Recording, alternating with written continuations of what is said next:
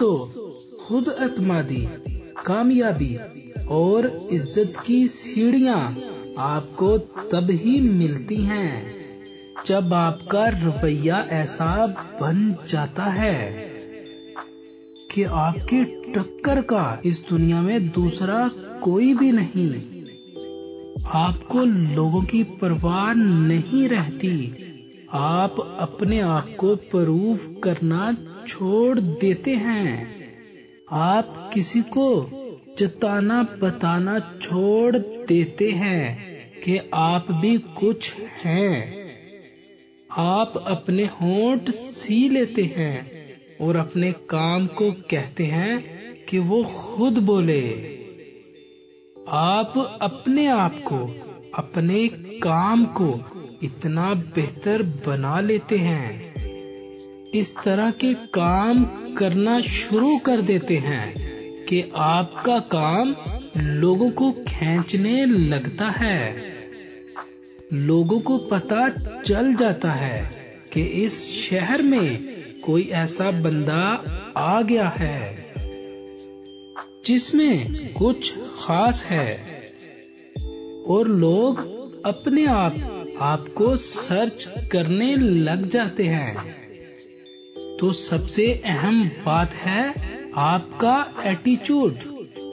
آپ کا ایٹیچیوڈ ایسا ہونا چاہیے کہ لوگوں کو نظر آئے۔ شیر اپنے ایٹیچیوڈ کی وجہ سے جنگل کا راجا ہے، ایگل اپنے ایٹیچیوڈ کی وجہ سے ہی سب سے اوپر اڑتا ہے، کیونکہ دونوں جانتے ہیں کہ اگر ہم اپنی ایوریج کے ساتھ رہیں گے تو ایوریج ہی بن کر رہ جائیں گے۔ ایگل آپ کو کبھی کبوتروں کے جھنڈ میں نظر نہیں آئے گا، وہ ہمیشہ اونچائی پر اکیلا اڑتا ہے، اور جب وہ سامنے آتا ہے تو کوئی بھی پرندہ سامنے نہیں ٹھہر پاتا۔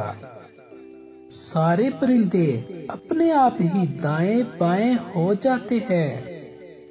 تو اپنے ایٹیچیوڈ کو کیسے بہتر بنانا ہے؟ کیا ہوتا ہے ایٹیچیوڈ؟ آج کی ویڈیو میں ہم یہی بات کریں گے۔ تو اپنے ایٹیچیوڈ میں سب سے پہلی اور ضروری بات جو شامل کرنی ہے وہ ہے میری سوچ۔ میرا مقصد بہت ہی بڑا ہے۔ آپ کی سوچ، آپ کا مقصد ہمیشہ بڑا ہونا چاہیے۔ جیسے ایک کبوتر تھا، وہ ایک پنجرے میں ہی پیدا ہوا تھا، وہ اسی پنجرے میں ہی رہا، وہیں پلا بڑھا، وہیں زندگی گزاری۔ اس کے مالک نے اسے کبھی بھی پنجرے سے باہر نہیں نکالا تھا، پنجرے میں ہی قید رکھا تھا۔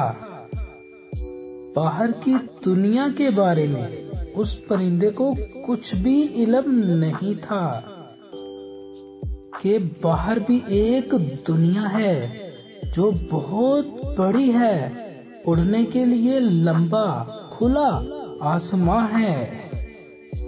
وہ کبوتر شاید ہی اس پنجرے میں ہی مر جاتا، لیکن ایک دن کیا ہوا کہ اس کا مالک پنجرا بند کرنا بھول گیا۔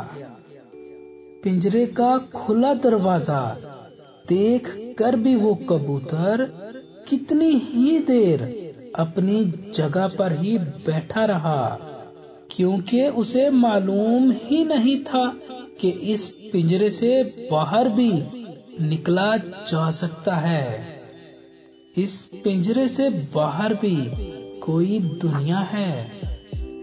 پھر وہ آہستہ آہستہ ایک ایک قدم چل کر پنجرے سے باہر آیا، ادھر ادھر حیرت سے دیکھنے لگا کہ میں کہاں آ گیا ہوں۔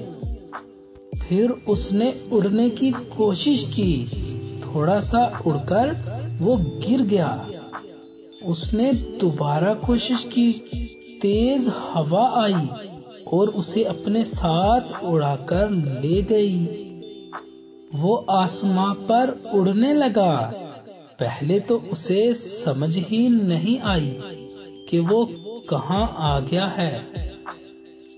وہ سوچ رہا تھا کہ اس کا مالک جو اس سے کتنا پیار کرتا ہے وہ کتنا پریشان ہوگا، مجھے ڈھونڈ رہا ہوگا، اب وہ اپنے گھر کیسے جائے گا؟ وہ نہیں جانتا تھا کہ اس کا اصل دشمن تو اس کا مالک ہی تھا، جس نے ساری زندگی اسے پنجرے میں قید کر کے رکھا، اسے اڑنے سے روکا۔